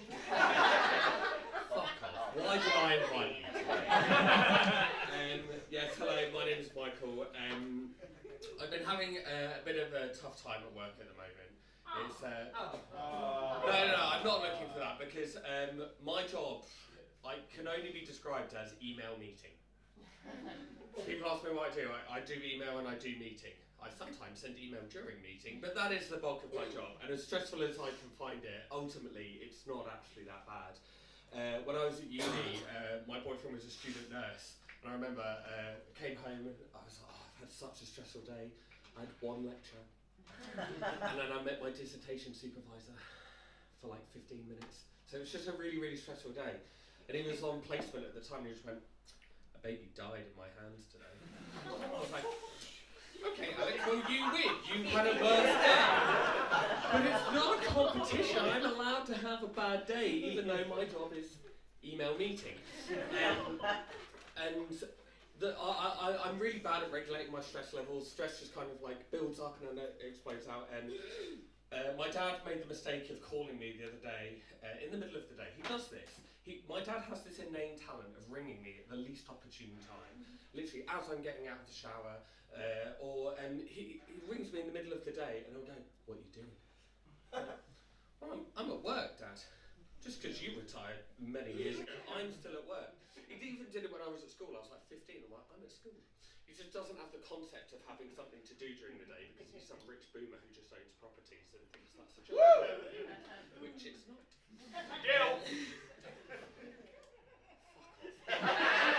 Why did I invite you? But yeah, my dad rang me the other day and it was just in the middle of a very stressful time. And you know that thing when someone asks you whether you're okay and it just of sets you off. So I just went into this tirade of how stressful. So I work for a house builder, and mortgage rates have gone up again. Mortgage products being cancelled. I've got problems with supply chain or skill shortages. Everything's just getting really, really stressful. And I was like, and it's all because of this fucking war and fucking oil. Also, that no one finds out that Donald Trump rapes kids. And he was like, well, that's a bit of a stretch. I'm like, no, that's what it is. And so I then ended up on a tirade about Donald Trump in the middle of the day, and my dad, as a suspected reform voter, was just like, no, I don't think that's right. I'm like, Dad, I'm not getting into this, I need to go. I appreciate this is first world problems. Like I say, other people have much more stressful jobs than email meeting, but let me have my pain. Okay. The last few days at work, they have been a little bit more stress-free, a little bit more fun. I've been out doing some filming. I'm making videos about how to find all of our developments. Not fighting the allegations that my job in marketing is just funnying about making TikToks, because the last couple of TikToks on my work account are all me having fun in show homes. So not fighting those allegations, but it has been really fun. The other day, so my job is primarily based in the south of England. I was doing this filming and I had to say the line, "You will see it on your left," which I think is a very normal way to say it. The videographer goes, "Sorry, can you just say that as on your left?" I was like, "That's what I said, on your left." But no, you're saying on your left. I'm like, yeah, it's just a bit of a northern twang. Now, I get a lot of flack because I do think of myself as culturally northern. I've lived here for 15 years. He's from Cambridge. Yes. I told you you'd pipe up at this. But I get a lot of flack because I was born in Stockport, then I moved to Cambridge. I spent a lot of my childhood in Cambridge, but I've lived in Sheffield for the last 15 years. So it's all a bit of a mishmash, and I don't think I have a distinct accent of anywhere in the country. But when you work in an office, either full of people from Peterborough or Cambridge, or God forbid, if I have to go down to like Devon office, everyone's like, yeah, I know. Everyone says to me like, "Oh my God, you're so northern." I'm like, oh, I beg you to come anywhere north and find people that have an actual northern accent, because I appreciate I don't. I have odd little bits of like slang and twangs that sound a little bit northern, but on the whole, I have learned to accept that, as Chris said, I am from Cambridge. There's one thing that I have really picked up. I remember when I first moved to Sheffield, it was something that I kept hearing, especially when I worked with people from Rotherham and Barnsley and things like that, and it's the phrase "while" as a replacement to the word "until." Yes. It's fucking stupid. Yeah. 9 while 5 is not a phrase. It's a phrase. It's not a ladies' thing. There we go. Yeah. 9 while 5. It does not have the same ring to Dolly Parton if you're singing 9 while 5. But 9 while 5, Doug. 9 while 5. But I really hate it because I've been here so long, I have kind of adopted it, and now it's what I say normally if I need to say it until. And then that further confuses the people that I work with down south as well.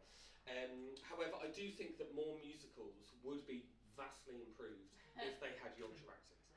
Yes. We all have Yorkshire accent, they are magical. Rent would be vastly better. 525,000. Wicked. We all love Wicked, but again, Elphaba as a thick Yorkshire accent. Go on, Amy, give us a blast. No, never mind. Great decision. And of course, we're all, most of us in here are very familiar with the infamous line from Spring Awakening of, "What are we supposed to tell them at the bank?" Unfortunately, the upcoming musical that Callum said I am directing, unfortunately does have no Yorkshire accent. I have been encouraging people to do an American accent, and some people, Rob, are really struggling. Go on, Rob, just give us a blast of the word "over." No, Regal, go ahead. But Susical is going really well, and shameless plug, I am going to encourage everyone to book their tickets. I have the iPad with me, you can book them with me tonight. It's a really fun musical, the cast are fab, and we're having a lot of fun singing really family-friendly songs that include lyrics such as, get the pills, get the pills! So, yes, please everybody book their tickets for Susical. Thank you, I'm going to get off the stage now. Bye.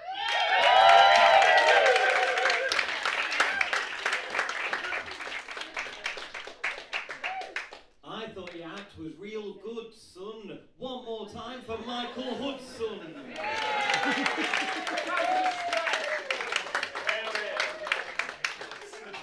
Did you just go, I don't get it? That's called hood. Oh, there we go. Why did I invite you? You're not the only one. Now, in the lead up to this evening's performance, I was bombarded online with messages like Michael messaging to say he wants to perform the song that goes like this, and Hannah saying she wants to perform Diva's Lament. Luckily, I don't mind these messages as I get this type of spam a lot.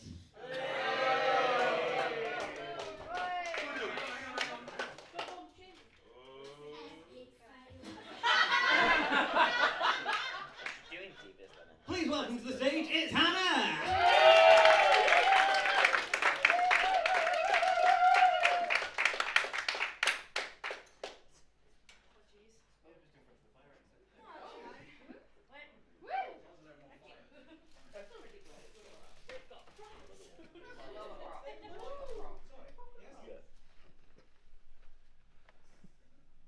It made me stare at the flowers too long.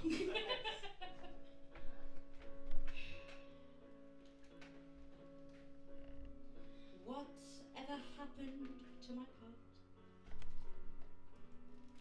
It was exciting at the start.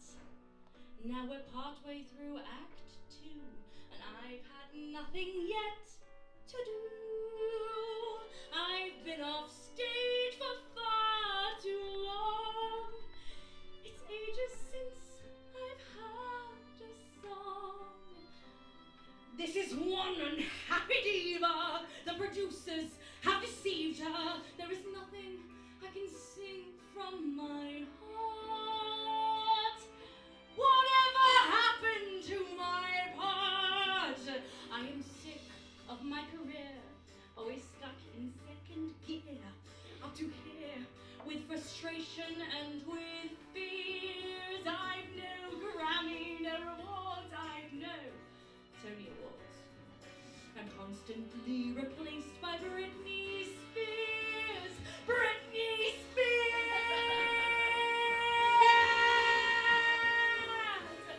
Whatever happened to my show?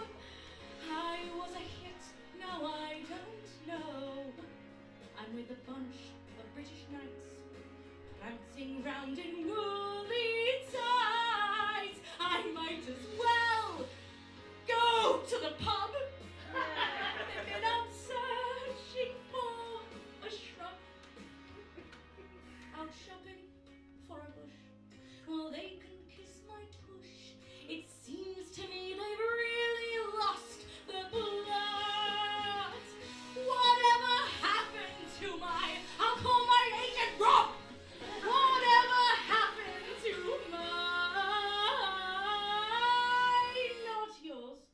not yours, and certainly not yours, but my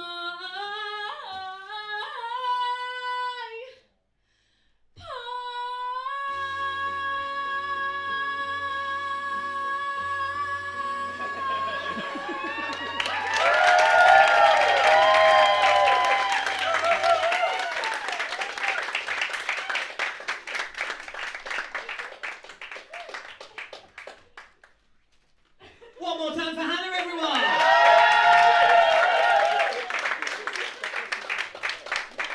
Now, interesting thing about Hannah, did you know the name Hannah is the same forwards as it is backwards? Look, I'll demonstrate.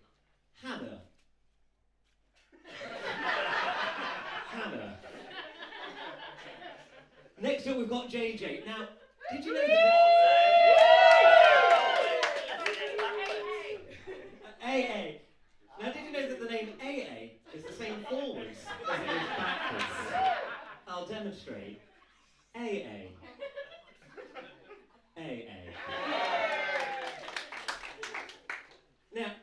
in 2024, BSU put on a production of Spring Awakening.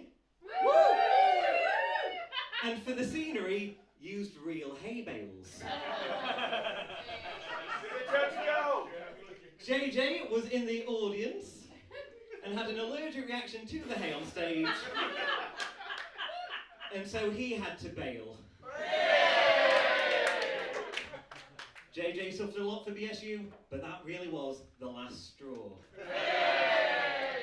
Please make some noise for JJ!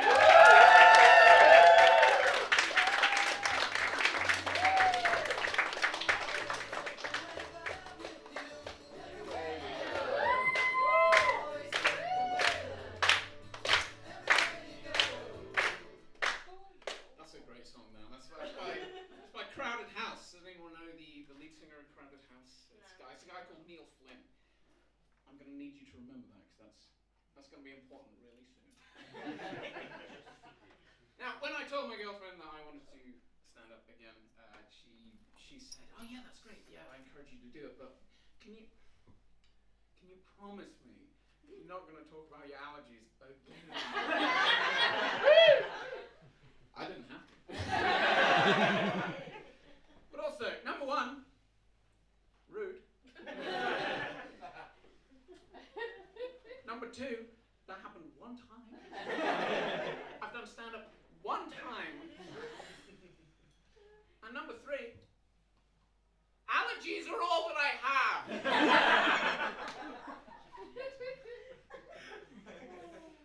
So now I don't know what to do. I'll have to think of something else to talk about. What were we talking about a second ago? Neil Flynn. Oh, Neil Flynn.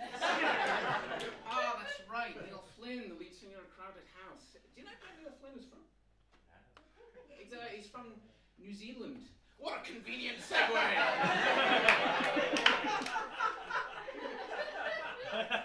Smooth. It's almost like I set this up.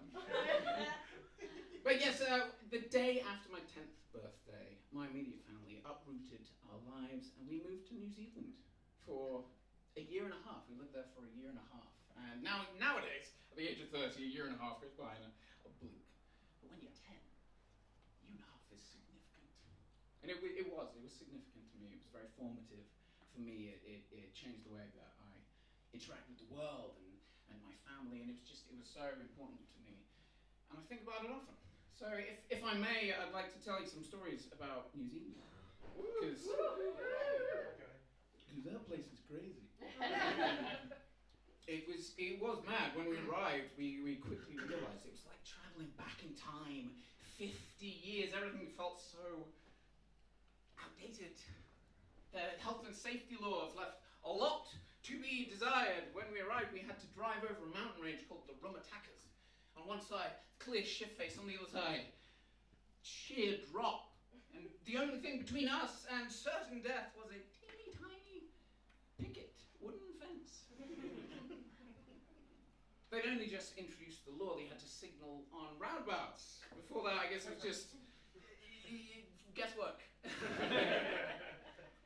it was like traveling back in time 50 years, because we were there during an election cycle and they had big billboards up. The Conservative Party billboards up had just brazenly had racial slurs on them. It was it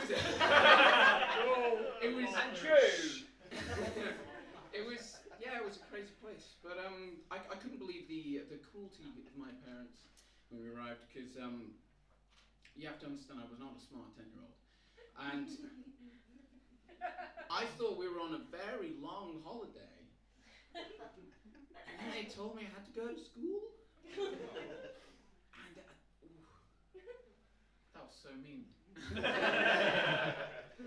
But yes, at school, when I arrived, they said, "Hi, this is Jonathan. He's just moved here from England, and although he's from foreign parts, he can speak English pretty well. Now, Jonathan, that's quite a lot of syllables. Have you got a nickname?" I said, "Yes, actually, I do. My name is JJ." He goes,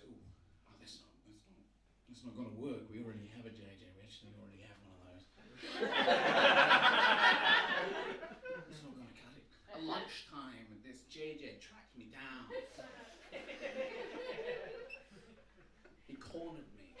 not JJ. You can't be JJ. You'll never be JJ. I'm JJ. I've been here the whole time. Not you. This guy's half my size. He's trying to intimidate me. And I come to find out this guy is called Jefferson. Jefferson Dough. I say, do you know what, pal? I think you need the nickname more than I do. So I let him have it, but after that I didn't have any friends in that classroom. I think it all comes down to that moment, like, for some weird reason, some kind of faux pas. Well, actually, I say I didn't have any friends. I had one friend, right?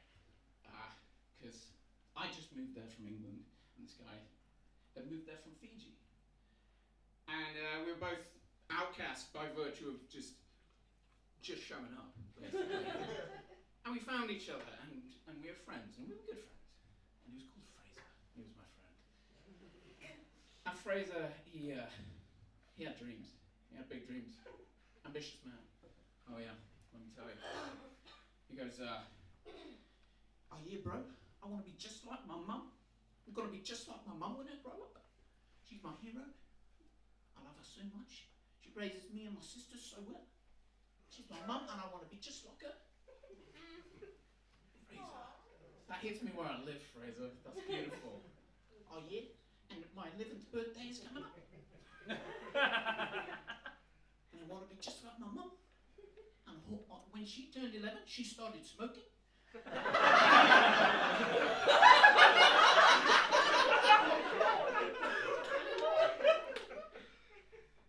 And so I want to be just like her. But my mum, she says I'm too young to start smoking.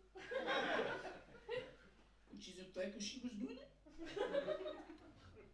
But she says that I can start smoking when I turn 13. So that's what I'm gonna do. And I'm gonna be just like my mum.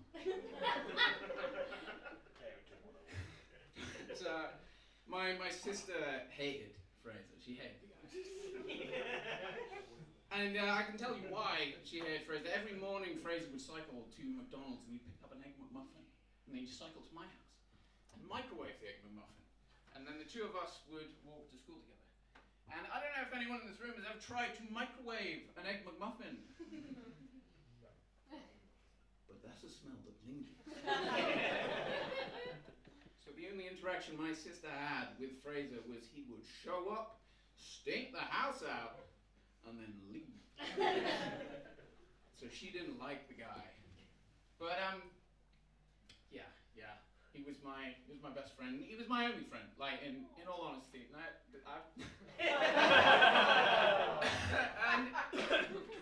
because I you could say it was because I was lacking in social skills, or maybe I was just too set in England and I didn't get all the cultural references that my classmates were making. But honestly, I think it was that nickname thing at the start. I think that's why.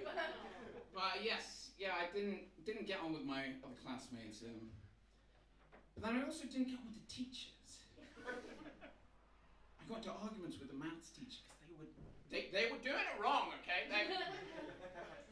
But there was one incident at the front of the school. I was walking to school and there was one teacher working as the crossing guard, the lollipop lady, and she was this 7 foot tall Maori lady called, and I'm not joking when I tell you this, she was called Mrs. T.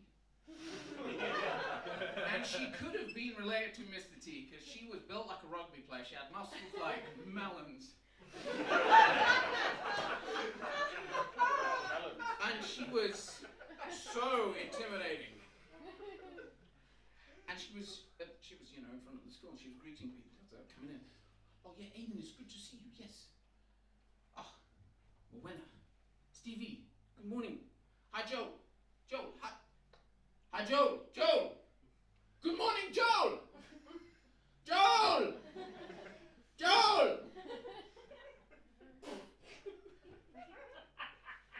And I'm walking past, and one thing that a lot of people do know about me is that my name is not Joel. And I was thinking, boy, I'm glad I'm not Joel right now. See, ladies and gentlemen of the audience, that thing that I just did, that's a storytelling device called foreshadowing.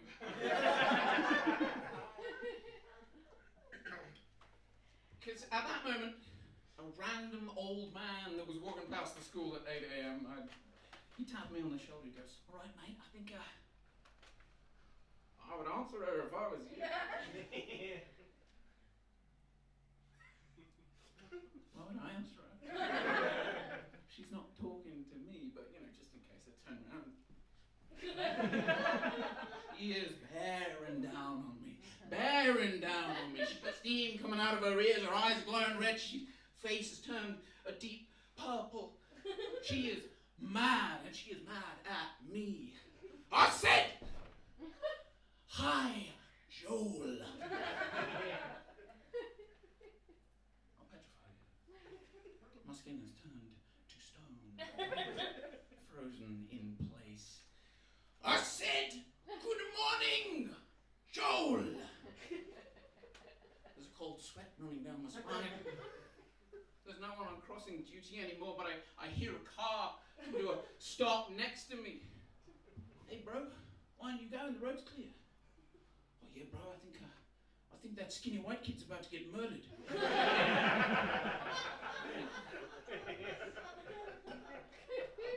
And I want to watch.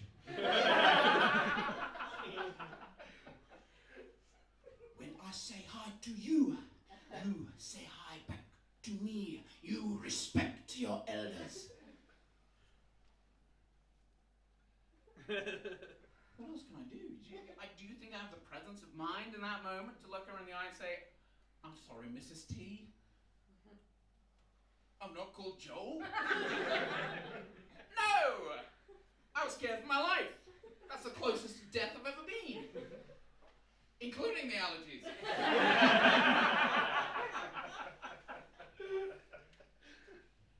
Do you understand me? If I say hi to you, you say hi back to me. It's gone on too long at this point. I can't protest. So I just nod. Now let's try this again.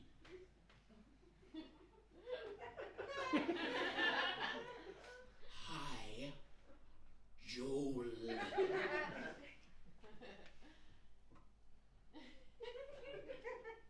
Hi, Mrs. T. Very good. Let's not have this conversation again. Do not give me cause to have this conversation again. So I go on about my day, and, well, I know what you're thinking, and I'm thinking it too. Must be just a case of mistaken identity. There must be another kid in the school who looks just like me, called Joel. So I hunt down this Joel. And tell me why Joel is a permanent resident in the SEN department. Now that's not relevant to the story. That's not relevant to the story. What is relevant to the story is the minor, just the little detail that Mrs. T is an SEN teacher. So you would think, I would think, and you would think, we would all think that Mrs. T should be very familiar with what Joel looks like. So tell me why, when I found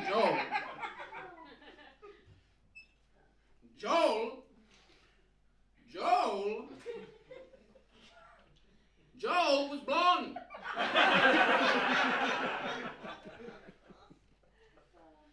And in the intervening 20 years, I've clearly...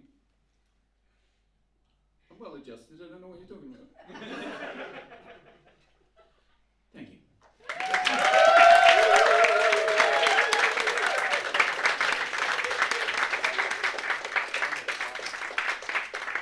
One more time, big hand for JJ, everyone.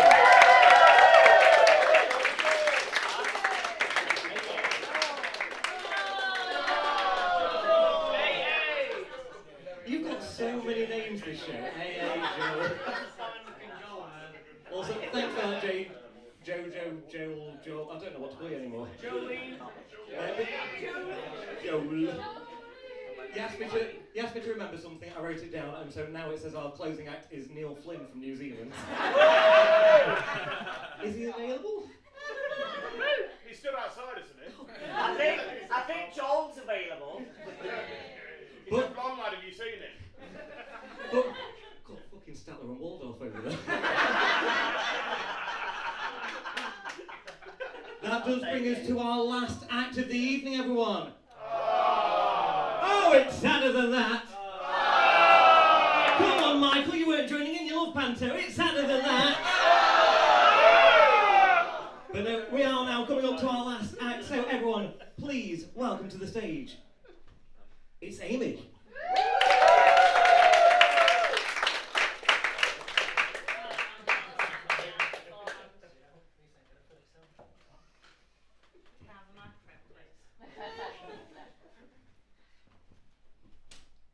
Would you all like a song? Yes! Becky, you look like you want a song. Will you please come join me on the stage?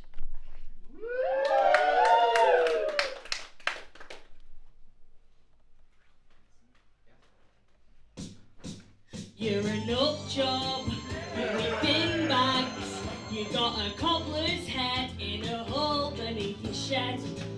I don't know how many times, Becky, I've seen you put onion rings under me horses, putting zips on me tits. And I saw you that time outside Costco, but they wouldn't let you in. 'Cause you stank. You're a chin strap, you're a mouse hat. You once went to Leeds and drank a pint of beach or a bog roll. You're a wing nut. You once threw a snake at Palomath's face. You're a pork chop. You're a job lot. You once slaughtered an eel on Alan Shearer's field.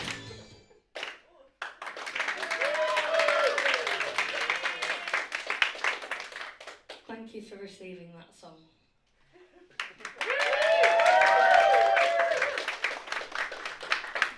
One more time, big hand for Amy and our surprise guest, Becky, everyone! Now that does bring us to the end of our show, so I'd like to hear a huge round of applause for all our performers this evening.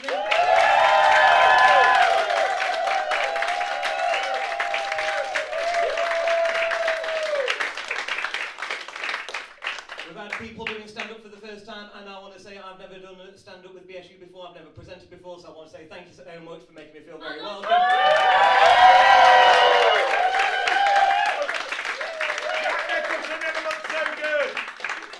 I will be accepting a card for the dinosaur stickers this evening. Before we go, BSU is approaching its 10th year. In fact, we are in BSU's 10th year. We'll say woo! And to mark the occasion, we might have mentioned it throughout the show, we've got our musical Seussical. Be sure to get your tickets, you don't want to miss it, it's a really fun show. If you loved Andrew's stand-up, you'll love Seussical. We're pretty much in the same vein. What's it about?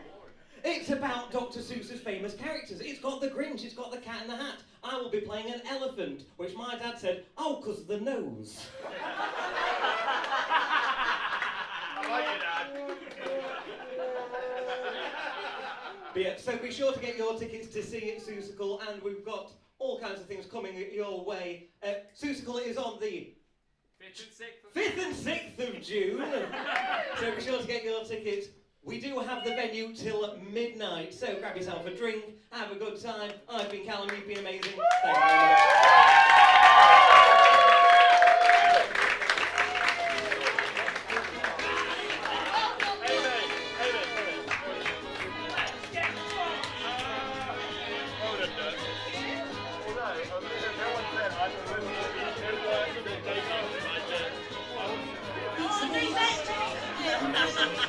We all get off.